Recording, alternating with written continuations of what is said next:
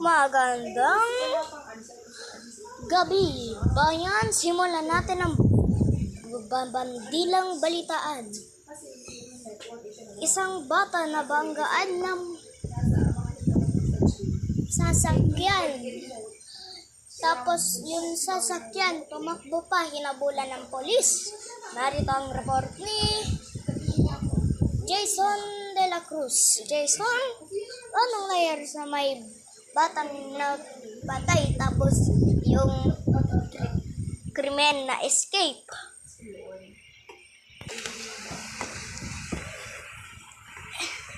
Hello, nandito po tayo sa may iskinita ng polis na yung isasakyan tinod na sa may police tow truck. Tapos yung kriminal na arestado na kasi yung isang sasakyan na wala ng gas. Balik sa'yo, aka Tyron. Thank you, Jason de la Cruz. At sa may post office, may robber nag-rob ng $35 million sa may Pilipinas sa post office niya. Nagbabandila si Roy B. Macapagal. Anong nangyari sa may post office na rob? Tapos nasunog ang shop nila.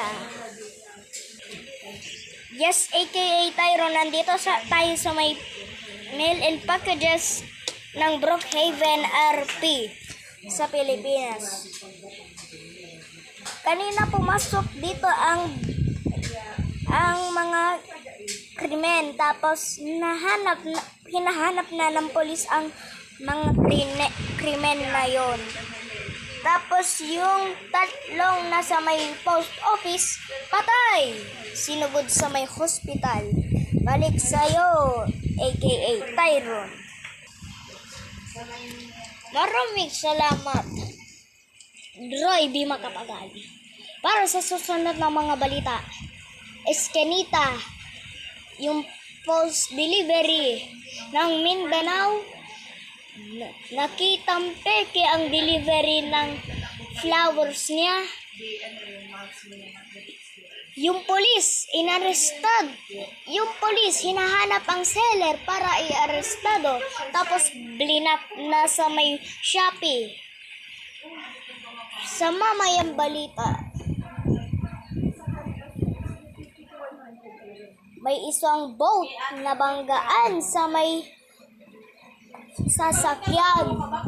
Lahat nabanggaan sa ulo tsaka sa may tuhod nila. Tapos merong krimen sa may bangko ng Manila Roblox. Isa patay. Sa mamayang balita, ako po si aka Tyron, babalik kami. At ito ang nag-iisang bandila.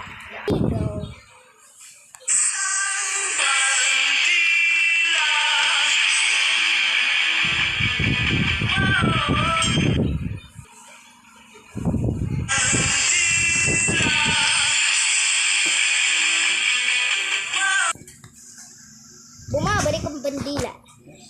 Isang peking deliver. Yung seller, puro peke ang mga gamit niyang peke. Tapos ang ginagamit niya in real life. In real life things. Tapos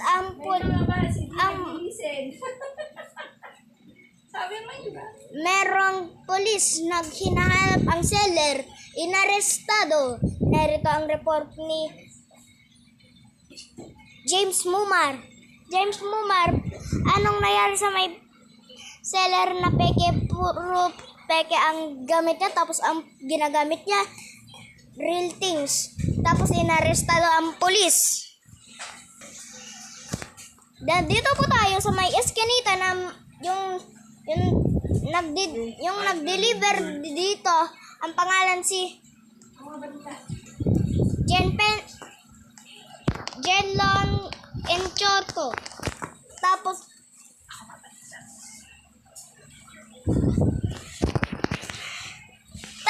yung seller, ang pangalan si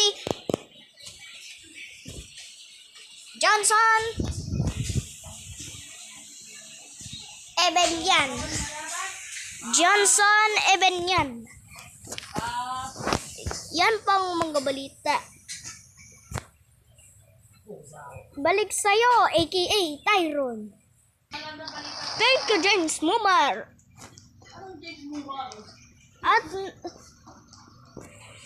At isang sasakyan bumangga sa may poste na naman. Nagre-report si Jonathan Aspiras. Anong nangyari sa may sasakyan na bumangga sa poste? Nandito pa tayo sa eskinita na ang sasakyan bumangga sa poste. Isa, patay. Positive kasi yung sasakyan hindi na nasunog kasi nandoon yung bumbero. Balik sa'yo, aka Tyron. Thank you, Jonathan Aspiras.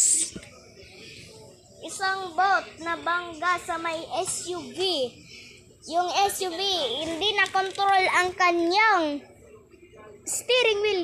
Kaya tinurn out sa kanan ang steering wheel niya. Nabungguan ng isang boat. Patay, isa.